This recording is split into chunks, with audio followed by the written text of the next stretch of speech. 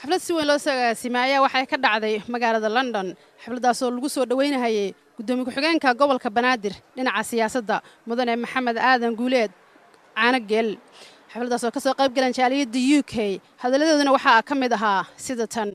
gudoomiye ku-xigeenka gobolka Banaadir xagga siyaasadda mudane Maxamed Aadan Guuleed Caanageel gudoomiyaha jaaliyada Soomaaliyeed mudane Cabdullaahi Maxamed Aadan gudoomiyaha guddiga qabanqaabada xafladan quruxda badan leh mudane Maxamed Xaaji Cilmi siyaasiyiinta uu kamid yahay ex xildhibaan Cabdiraxmaan Macalin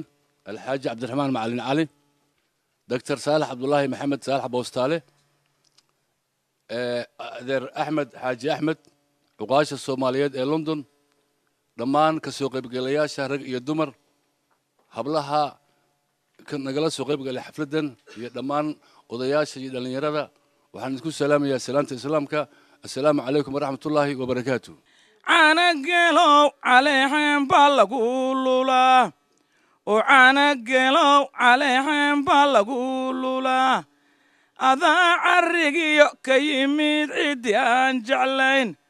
caqilkii munqaab iyo ciidan nagu salaan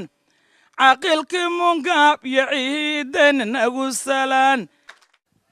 sidoo kale xafladaas ayaa waxaa shahaado sharaf lagu gudoonsiiyay gudoomiye ku-xigeenka gobolka Banaadir mudane Maxamed Aadan Caanageel bismillaah alxamdulillaah ilaahina kulmiya ayaa horta mahad leh isaga ayaan u mahadnaqaynaa kabacdina raggii qabanqaabadan lahaa ayaan mahad gaara u celinayaa kadibna dhuuxa reer London ee rag dumarku u horeeyo odayaashii iyo khiyaartii iyo dheergaradkii aqoonyahanku ku jiraan runtii waxaanan mudnayn igeysiiyey ayaan mahad gaara u jeedinayaa waxaan rabaa inaan hal yar taabto horta Soomaalidu waxay taqaanaa saan ku gud hadda jaaliyadda reer UK timaada Muqdisho sidaan oo kale uma soo dhaweey karno hal qodob baa jiro dhammaan waa dhaweyta maraan shirinay dhammaan jaaliyadaha dibadda ka yimaado dhan marka la isku daray kuwa UK ka batay